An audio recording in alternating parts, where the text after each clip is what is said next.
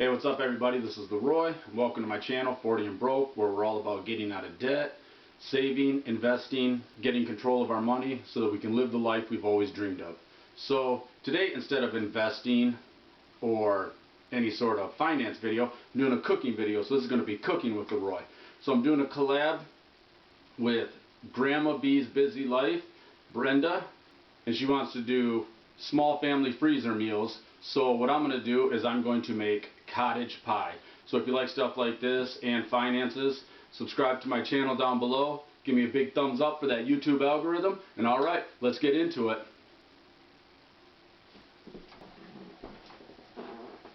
Okay, so let's start with what we got. From dinner tonight, got some leftover potatoes. We just boiled them, so I'm going to turn those into mashed potatoes.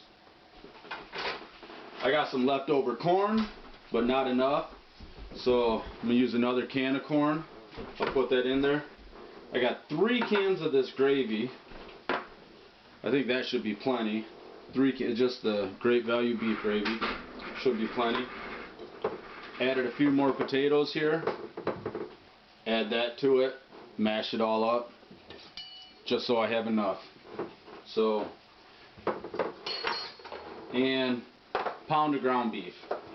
So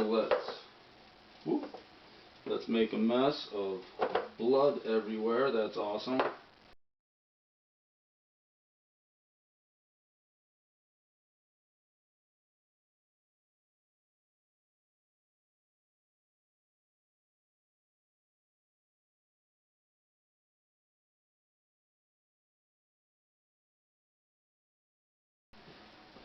See if I can move this camera where we're not stepping in front of it.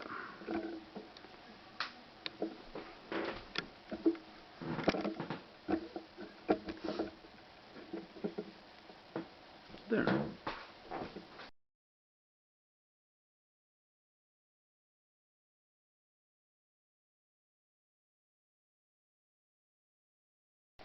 A little bit of steak seasoning.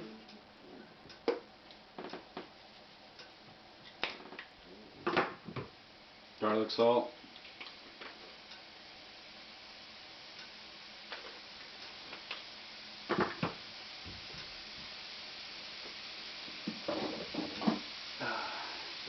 Onion powder.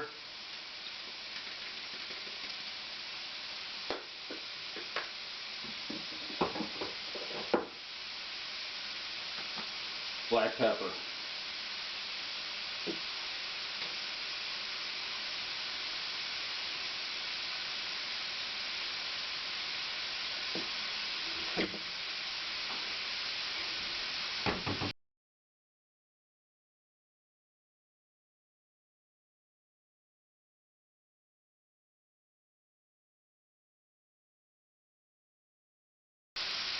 What's the Worcestershire sauce go in? That's what I put in there too. In with the meat? Just cook it in with the meat? Worcestershire and a little bit of steak season. Put it in there. Be on the video. Be on the video. Come on. Come on. You know you want to. So this is something that they could do. What I do is I use Worcestershire, I use steak season, and then I also use a little red pepper. Pepper. This is what I add to it, so that can be just something if you want to add. Okay, so my wife, who refuses to be on the video, adds some Worcestershire sauce to the meat with the steak seasoning. I don't know how much. I'm going to say that much. What the hell? Make it that much. And some crushed red pepper. Which is genius because you can never have too much crushed red pepper.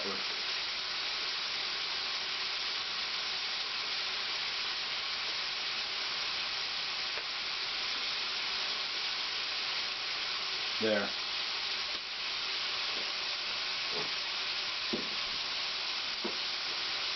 And why not some cilantro? Put cilantro in everything.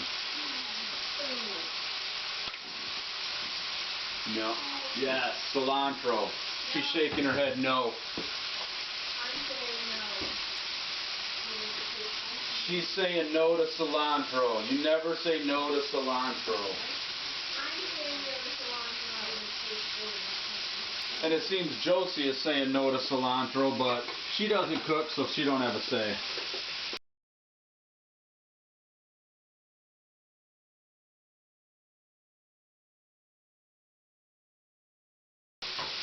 This is a super easy, super quick meal to make, and it works great for a freezer meal. Normally I would put it in, normally I'd put it in a tin that's half the size of this, and I'd make 2 of them, but this was all they had. But put it in an aluminum foil tin, then put aluminum foil over it, put it in the freezer, it's good. But we'll be eating this tomorrow, so I'm just going to put it in this glass pan, which is, I don't know, 2.2 quarts, whatever size that is. But one trick I would say when you cook it, put it on a sheet pan, because sometimes the gravy bubbles up, and it sometimes will make a mess in your oven, and in order to save you from everything spilling over, sheet pan.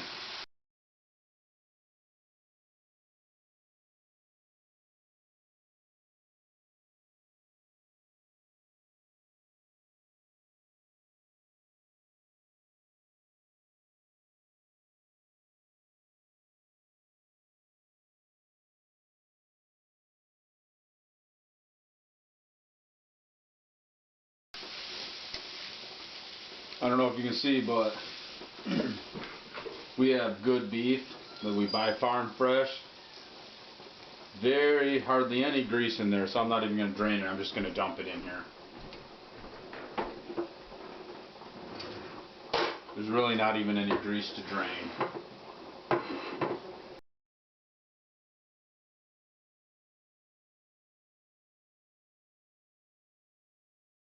You got that. Throw your corn in there. This is going to be a lot of corn.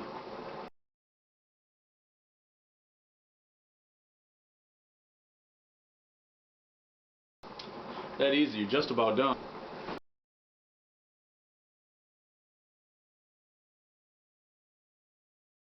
Looks like it's just a can of gravy. It says do not add water. So there's one.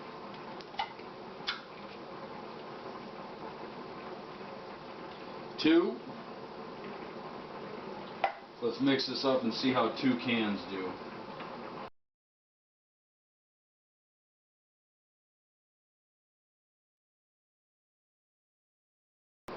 Yeah, it looks like 2 cans is enough gravy, so we won't need that 3rd can. I've seen recipes where people don't use gravy at all, where they use, instead of corn, they use peas or peas and corn. I've even seen mixed vegetables in it, so really I guess you can do whatever you want. I just use corn, beef, and gravy.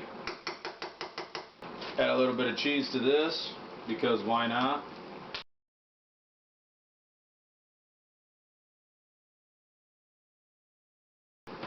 And with as much as I made here, I probably should have put it in a bigger pan.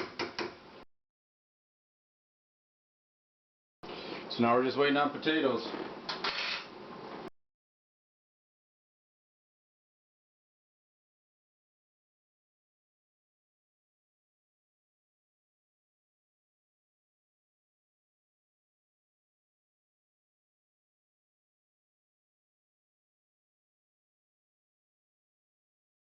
Do you want to be in my video? No. Why not? Cat, stop rubbing on that. Get back. You get nothing. Okay. Mashed potatoes are done. So I just mixed those with the other potatoes we had left over. I don't know, half a stick of butter maybe. About what I use. Got this masher thing.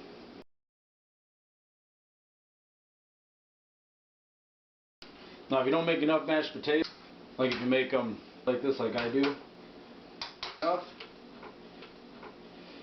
then mashed potatoes works in a pinch it out further. Or if you end up making it too round, just a little bit of potatoes, because we keep those on hand also, and that'll help thicken it up.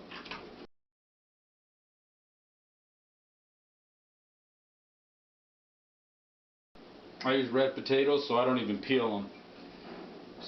So like the taste of red potatoes and the ease of cooking them makes them totally worth the expense.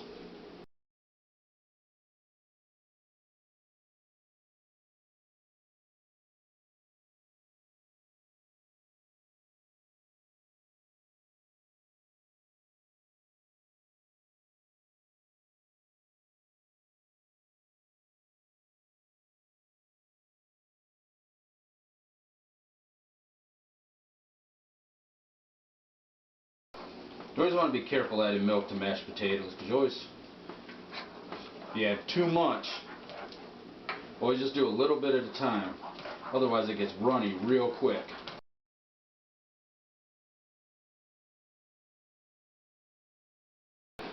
Alright, just going to spoon potato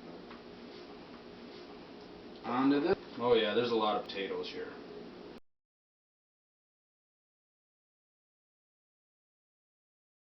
Yeah, this is a whole lot for a small family, even a family of 3, and we'll eat this because we really like it, and I'll take it to lunch, and the wife might even take it to lunch with her also. So, but spread it up.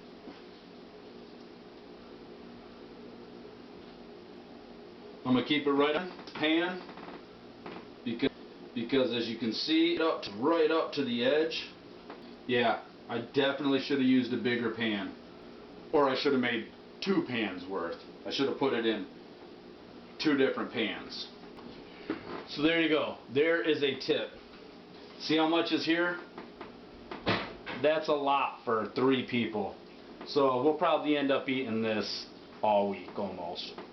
But I would say cut that in half, put it in 2 pans, half the size of these, make 2 of them, make yourself 2 freezer meals. So, and then when you cook this, I'm going to cover it in tin foil. You want to cook it till it's heated through. What do we cook it at, about 385? 375. 375 till it's heated through. And then once it's just about done, pull it out, take the tin foil off the top of it, put some shredded cheese on the top of it, and then let the shredded cheese bake. And once that cheese is melted, then it's good. And whoops, you can go ahead and enjoy. Alright, so let me try to get here. Hopefully I'm good enough. So there you have it.